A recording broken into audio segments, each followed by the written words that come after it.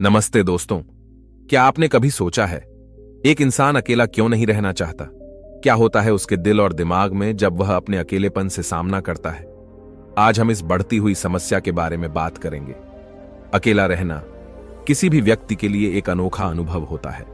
जब हम अकेले होते हैं हमें हमारे मन की गहराइयों में उतरने का मौका मिलता है। लेकिन क्या आपको पता है अकेले रहने से बहुत से लोग घबरा जाते हैं। लेकिन क्यों? अक्सर लोग अकेलेपन से घबरा जाते हैं क्योंकि उन्हें लगता है कि उनका कोई असली साथी नहीं है। और दुख की बात यह है कि वे लोग खुद को अपना साथी नहीं मानते, ऐसा कोई जो उनके साथ हर कदम पर हो। इसी कारण उन्हें अजीब सा महसूस होता है, जैसे उनका कोई एक हिस्सा अधूरा है।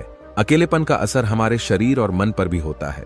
कुछ लोग अकेलेपन में अपने आप को खो देते हैं और उनका आत्मविश्वास कम हो जाता है। वह महसूस करते हैं कि उनका कोई सुनने वाला नहीं है, कोई समझने वाला नहीं है।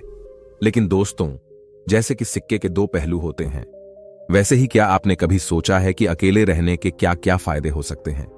हम इस वीडियो में इन सभी सवालों का जवाब देंगे। तो अगर आप भी अकेलेपन से गुजर रहे हैं या आपको लगता है कि किसी को अकेलेपन का सामना करना पड़ रहा है और यह अकेलापन एक बुरी बात है, तो यह वीडियो आपके लिए है। तो चलिए शुरू करते हैं। आज की कहानी एक नौजवान लड़के और उसके व्यापारी पिता की है।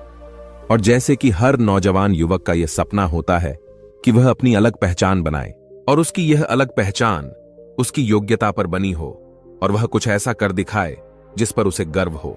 कुछ ऐसा ही सोचना था उस व्यापारी के बेटे का। बहुत समय पहले की बात है। जापान में एक व्यापारी रहता था जो उस शहर का सबसे अमीर व्यक्ति था। उसके पास सब कुछ था। उसके पास किसी चीज की कोई कमी नहीं थी, केवल अपने बेटे से परेशान था। एक दिन वह व्यापारी अपने बेटे से कहता है, बेटा, तू मेरे साथ व्यापार में हाथ क्यों नहीं बढ़ाते? तुम्हें व्यापार के तौर तरीके सीख लेने चाहिए, क्योंकि भविष्य में तुम्हें यही तो करना है। यदि तुम व्यापार में हाथ नहीं बढ़ाएगा तो फिर क्या करोगे? वह नौजवान युवक अपने पिता से कुछ नहीं कहता, क्योंकि उसका व्यापार में बिल्कुल भी मन नहीं लगता था। वह दिन भर मार्शल आर्ट्स की किताबें पढ़ता और जब भी कोई समुराई शहर में आता तो वह पूरा समय उसी के पीछे पीछे घूमता रहता। एक बार पूरे परिवार के सदस्यों ने मिलकर उसे समझाने की कोशिश की। वे कहने लगे, बेटा, तुम्हारे पास इतना बड़ा व्यापार है, फिर भी तुम अपने पिता का हाथ क्यों नहीं बढ़ाना चाहते? यदि तुम अपना व्यापार नहीं देखोगे तो फिर कौन देखेगा? इस पर वह नौजवान युवक जवाब देते हुए कहता है, मैं खुद के दम पर कुछ बनना चाहता हूं। मैं चाहता हूं कि मेरी एक अलग पहचान हो। लोग मुझे मेरे कामों के वजह से जाने और इसलिए मैं इस देश का सर्वश्रेष्ठ तलवारबाज बनना चाहता हूं। उस युवक की यह बात सुनकर उस व्यापारी को बहुत तेज क्रोध आया, लेकिन फिर भी उसने अपने क्रोध पर काबू पाया। कुछ देर सोच विचार करने के बाद उस व्यापारी ने अपने बेटे से कहा, बेटा, अगर तुम यही करना चाहते हो तो ठीक है, मैं अगले 3 साल का समय तुम्हें देता हूं। यह सुन वह नौजवान युवक बहुत खुश हुआ। तभी आगे वह व्यापारी कहता है, लेकिन मेरी एक शर्त है। इस पर वह नौजवान युवक कहता है, क्या पिताजी? देखो, मैं तुम्हें अगले 3 साल का समय तो दे रहा हूं, लेकिन तुम्हें हर साल मुझे यह बताना होगा कि तुम क्या कर रहे हो और तुमने उसमें कितनी उन्नति कर ली है। यदि तुम मुझे अपने काम से संतुष्ट कर पाए तब तो ठीक है, वरना तुम्हें मेरे साथ मेरे व्यापार में हाथ बढ़ाना होगा। नौजवान युवक काफी सोच विचार कर अपने पिता से कहता है, ठीक है पिताजी, मुझे आपकी शर्त मंजूर है। उसके ठीक 2 दिन बाद वह नौजवान युवक अपने पिता की आज्ञा लेकर तलवारबाजी सीखने के लिए घर से निकल पड़ता है और वह कई दिनों की यात्रा करके एक गुरु के पास पहुंचता है। वह गुरु जापान में तलवारबाजी और युद्ध कला सिखाने के लिए प्रसिद्ध थे। उनकी ख्याति दूर दूर तक फैली हुई थी, लेकिन वह बहुत कम लोगों को अपना शिष्य बनाते थे। वह नौजवान युवक उन गुरु के पास पहुंचकर उन्हें प्रणाम करता है और कहता है, हे गुरुवर, मैंने आपके बारे में बहुत सुना है और इसीलिए मैं बहुत दूर से यात्रा करके आपके पास आया हूं। मैं आपसे तलवारबाजी सीखना चाहता हूं। मैं तलवारबाजी में सर्वश्रेष्ठ होना चाहता हूं। फिर जवान युवक सारी बातें कहता जा रहा था, लेकिन इस पर गुरुवर कुछ भी जवाब नहीं दे रहे थे। और जब कुछ देर तक उन गुरुवर ने जवाब नहीं दिया तो इस पर उस नौजवान युवक ने अपने घर पर बीती सारी बातें उन गुरु को बता दी। उसने यह बता दिया कि किस तरह से उसके पिता ने उसके सामने शर्त रखी है कि यदि वह अपने जीवन में सफल न हो पाया, उसने अपने जीवन में वह न कर पाया। जो वह करना चाहता है तो उसे उनका व्यापार आगे बढ़ाना होगा। आगे वह नौजवान युवक उन गुरुवर से कहता है, हे गुरुवर, मैं आपसे वादा करता हूं, मैं पूरी कर्तव्य निष्ठा के साथ तलवारबाजी सीखूंगा और मैं आपका समय बर्बाद नहीं करूंगा, इसलिए कृपया करके मुझे अपना शिष्य बना लीजिए। तभी उस गुरु ने उस युवक की तरफ ध्यान से देखा। उन्होंने देखा कि वह अपने साथ काफी सामान भी लेकर आया था और उसके साथ उसके 2 सहायक भी आए हुए थे। तभी उन गुरु ने कहा, सबसे पहले यदि तुम तलवारबाजी सीखना चाहते हो तो तुम्हें इन चीजों को छोड़ना होगा, इन चीजों का त्याग करना होगा, इसलिए इन कीमती सामानों को वापस अपने घर भेज दो। उस नौजवान युवक ने गुरु की आज्ञा का पालन किया। उसने सारा सामान अपने सहायकों के हाथों वापस घर की ओर भेज दिया।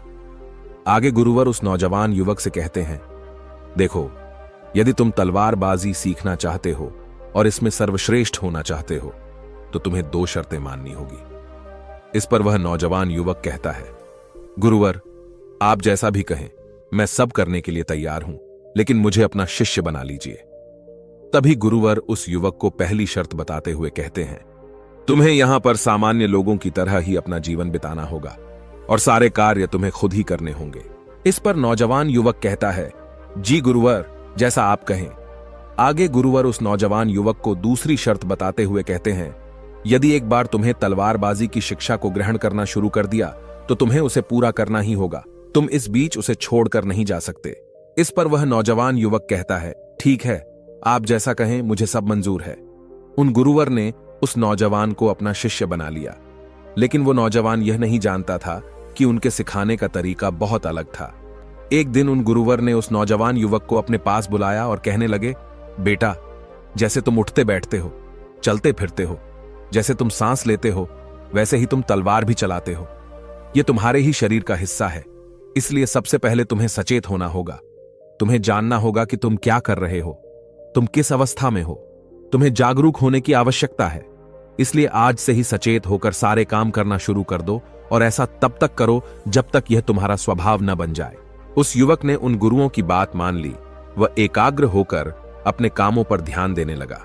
वह अपने चलने फिरने, अपनी सांसों पर ध्यान केंद्रित करने लगा। सुबह उठकर वह अभ्यास करता और ध्यान किया करता। शाम के 6 बजे से वह एकांत रहता और ध्यान किया करता।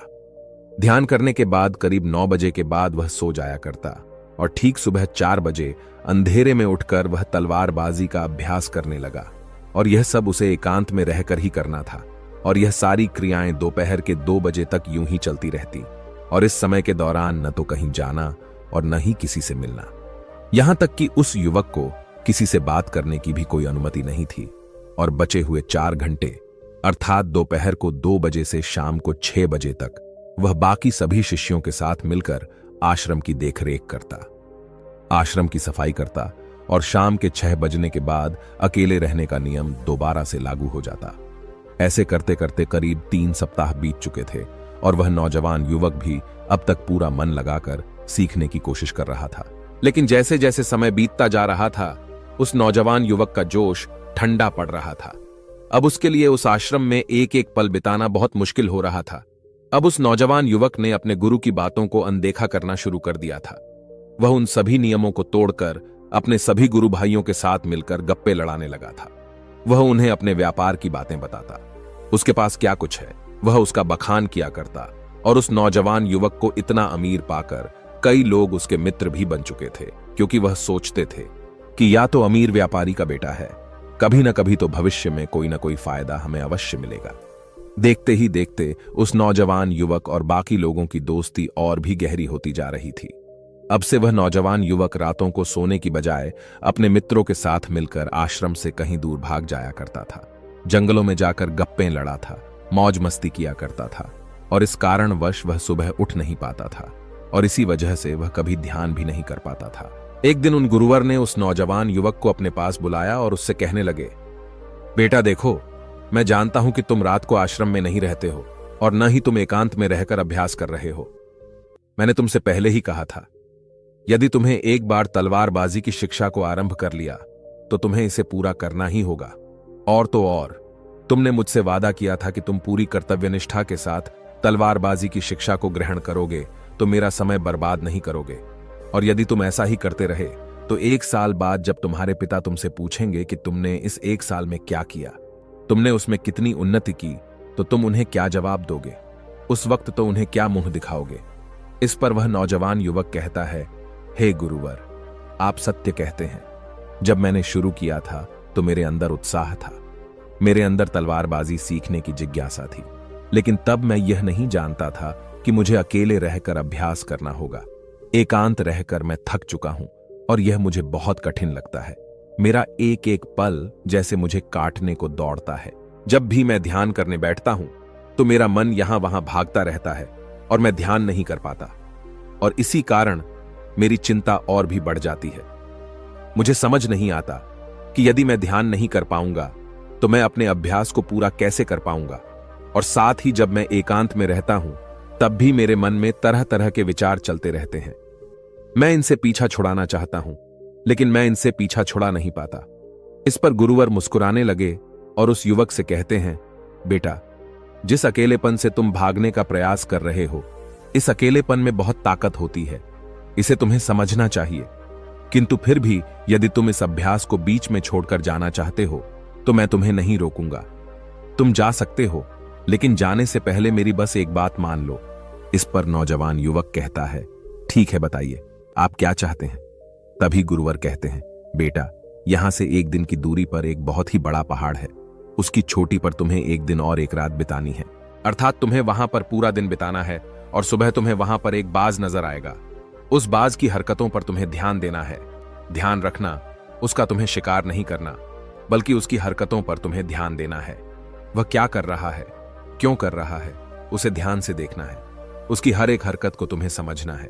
और जब तुम अगले दिन वापस लौट कर आओगे तो मैं तुमसे केवल एक सवाल करूंगा। यदि तुमने उस सवाल का सही जवाब मुझे दे दिया तो मैं तुम्हें जाने से बिल्कुल भी नहीं रोकूंगा। उस नौजवान ने काफी कुछ सोच विचार किया और उसके बाद वह गुरु की बात मान जाता है। वह उन्हें प्रणाम करके उस पहाड़ की ओर चल पड़ता है।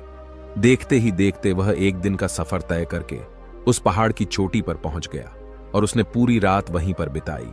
और अगली सुबह होने से पहले ही वह उस बांस को ढूंढने लगा। वह जब यहां वहां देख रहा था तभी उसकी नजर उस पहाड़ की चोटी पर पड़ी। उसने देखा कि एक सुनहरा बांस चट्टान की चोटी पर बैठा हुआ है और पहाड़ के नीचे घाटियों की ओर ध्यानपूर्वक देख रहा है। वह नौजवान युवक उस बांस को देखकर झुक गया और छुपकर उसकी सारी हरकतों पर नजर रखने लगा। वह उसे देखने लगा। उस नौजवान युवक ने देखा कि कुछ चरवाहे अपनी भेड़ बकरियों को उस घाटी में चराने के लेकर आए हैं, और तभी उस युवक की नजर उस पर पड़ी जो एकदम शांत बैठा हुआ था। लेकिन तभी अचानक उसने उड़ान भरी और नीचे की ओर जाते हुए वह उन चरवाहों के पास पहुंचा। जब तक चरवाहों की नजर उस बांस पर पड़ती तब तक उसने उन भेड़ बकरियों में से एक बकरी के बच्चे को अपने पंजों में दबोचा और उसे ले उड़ा। जब तक चरवाहे कुछ समझ पाते तब तक शिकार हो चुका था।